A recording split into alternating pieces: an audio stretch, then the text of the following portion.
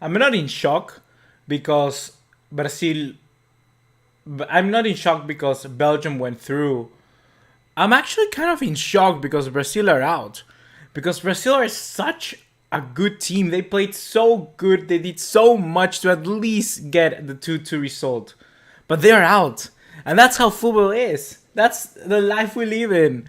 And my God, what a performance. What a game from both teams. And Belgium are on to the semi-final, the last four teams. Finally, Belgium can be there.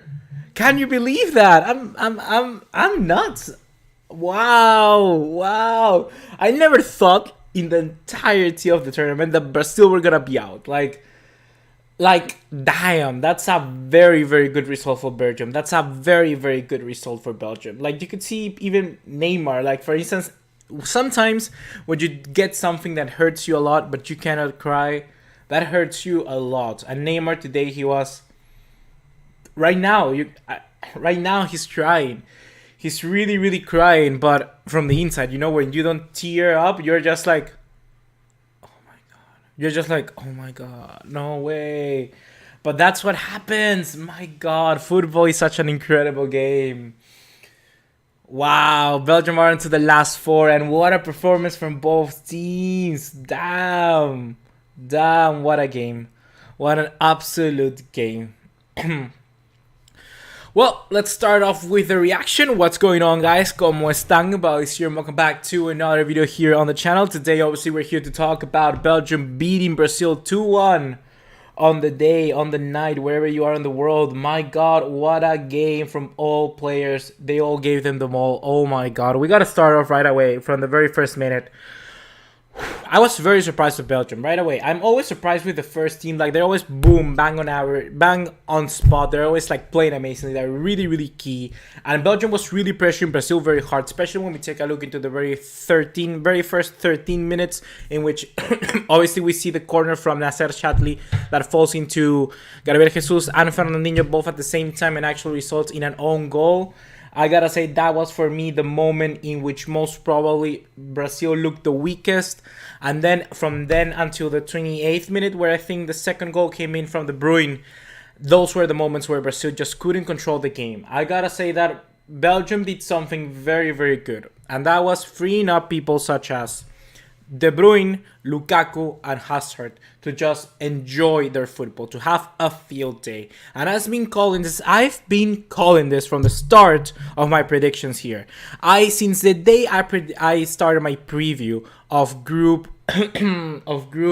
G, I said Belgium should change their formation. They should play with a 4 at the back. And they did. In this game, they changed it. They put Chatli as a CM.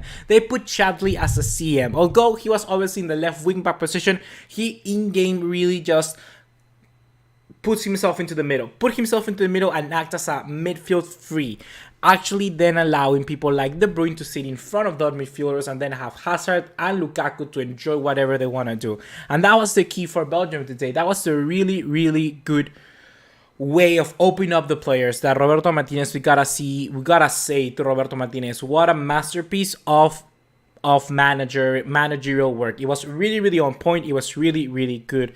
And overall, I gotta say, I'm really surprised with how good Belgium managed this game. Not from the footballing sense, because obviously it was Brazil who, every minute they had the ball, they just encouraged football. They were the team that encouraged the play. But Belgium managed it through two things: through the discipline and through defensive work. They were so good in every single thing they had. For instance, something that most teams that they do when they defend is not let too many players from being outside of that defensive unit. In this case, we saw for the most of the time, let me just turn off the TV. They show for the most time they defended out with 7 players. This is a sort of a defensive unit where you could see just the back 4 and those 3 midfielders I talk about I don't know how to say it.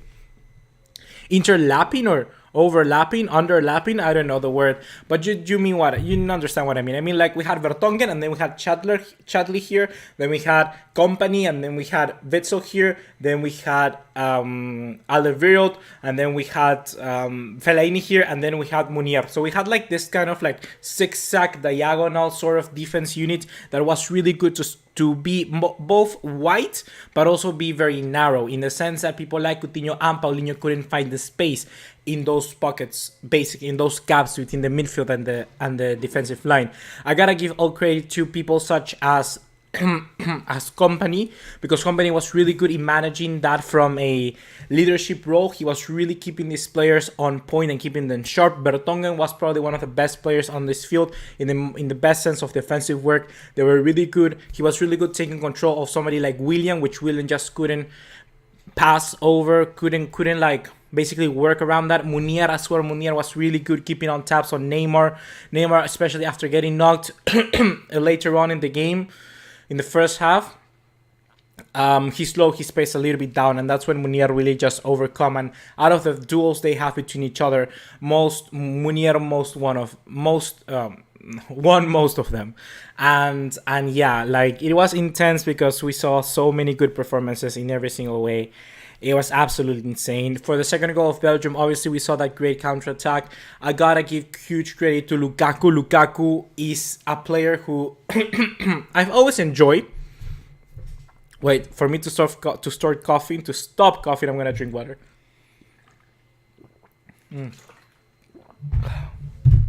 So, Lukaku has always been a player who I enjoy for a very long time now. But the thing is that Lukaku, this time around, I see him a little bit more prepared, little bit more sharp. In the sense that his passing, his dribbling, and his vision is much more on point, and his touch as well. His touch is something that I've a long time really been talking about was really bad, but in this game he looked kind of good, and more especially throughout the entire World Cup. I think Lukaku has really improve up a level, and he's looking every single day like a more complete forward, and we have to give credit where it's due, especially when we take a look at his physicality. he's just like godlike, you know. He's really, really good. And yeah, basically Lukaku was insane today. He was really, really insane. I was talking in my predictions how Brazil needed to try and handle Lukaku, and I thought that Lukaku was gonna get handled. But the thing is that Brazil pushed a little bit too forward. I think that Brazil went a little bit too how's too much too gung-ho or too sparky. See, there's a word for that. But and I think that they didn't worry too much about the defensive work in the first half, and that's what cost them the 2 goals. Because later on in the second half, we didn't see a single chance, not too many chances from Belgium. I think just one of them, and people like Miranda were taking much more control of Lukaku, and I think that that's how we can take and understand that I think Brazil just let go a little bit of their defensive work in the first half, and that cost them in the long run. That really, really cost them. I gotta give also credit to Courtois. Courtois was absolutely insane. Courtois was taking out everything. That last shot from Neymar in the last few minutes, I think it was the 94th or 93rd. It was just insane. It was like world-class save. I was already like having flashbacks of that shot from Mateo Uribe against England, where he shot from outside the box, and then it was Pickford saving it with changing his hand, and then the corner kick came and Jerry Mina scored. But in this time around, Brazil doesn't have that kind of player, you know. Brazil doesn't have that ability from set pieces, and I thought that Belgium were also really good in making fouls and winning fouls, because we didn't see too many fouls from Brazil near their box. We see a lot of people like Hazard just being tackled time and time again in the Premier League, and that helped really good in this one, because every time he had the chance, Hazard would really position himself in where he would get fouled. People like Fernandinho lost his cool, Fagner most especially. I want to talk about Fagner. Fagner, what the hell were you doing throughout the entire game? He was invisible. Like invisible. I don't know what Chichi was doing here with Fagner. He tried to just take him out, incorporate Douglas Costa from the start, bring William a little bit back down, or keep Gabriel Jesus up top with Firmino as well.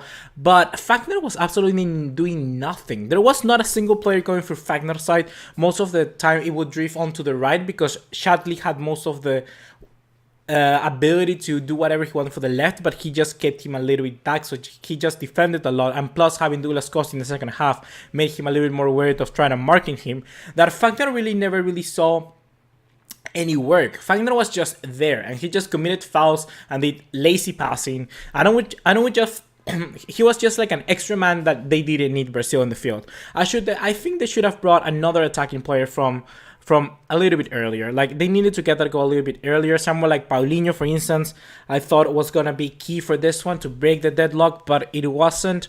Paulinho didn't have probably one of their best matches, and that may had something to do with the transfer. He's right now looking at Barcelona, because I think that even though he may want to be remaining at Barcelona, as we all know, Barcelona looking to selling him because another Chinese club, once again, Paulinho back to China, who knows? But they have offered $58 million for Paulinho. That's quite a lot.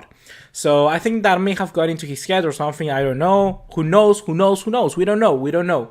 But as soon as Renato Augusto came in, he did that thing that Paulinho was lacking, and was that ability to come from in deep from midfield and just score that goal. He looked for that space, really good making those runs. It doesn't matter if at the end you're not going to get to the ball, but you just need to keep trying, because that's what makes someone like Paulinho good. Just keep trying, and one of the rebounds, one of everything is going to get to you.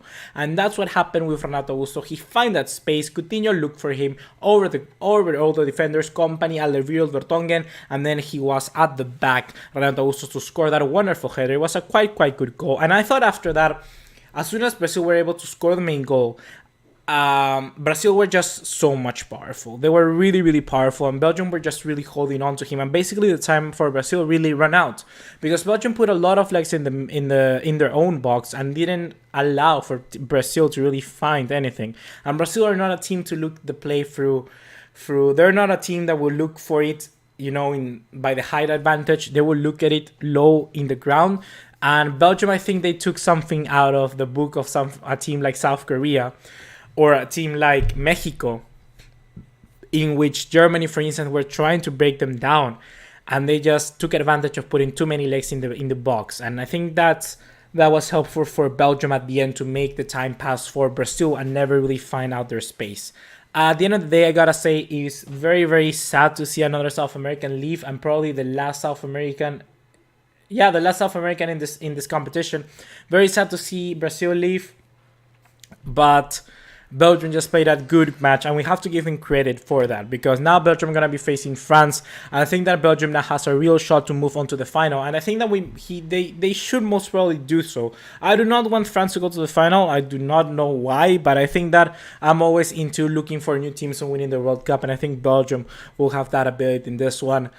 Just once again disappointing that Brazil here has to leave. I have this shirt obviously from the Rio R9. Look at my number 9 there. It's kind of like broken. You can see it's supposed to be a number 9, but yeah, can you believe it? Brazil once again knocked out of the World Cup on the quarterfinals, not even the semifinals, the quarterfinals. And I really do not know what much else to say. I think that Neymar had a really good competition. I think Coutinho was probably the best player in Brazil in the pitch so far, and yeah, it was really a 50-50 game. Brazil did a lot to get the win, but Belgium just hold on there and get the result that they needed. And now Belgium are on to the semifinals of the FIFA 2018 World Cup. So hopefully guys you have enjoyed. Please remember to drop us a like and leave us a subscribe. Remember to turn up the notification icon and follow us on all other social media to keep up to date. And basically that's it. See you in the next one. Take care. Ciao.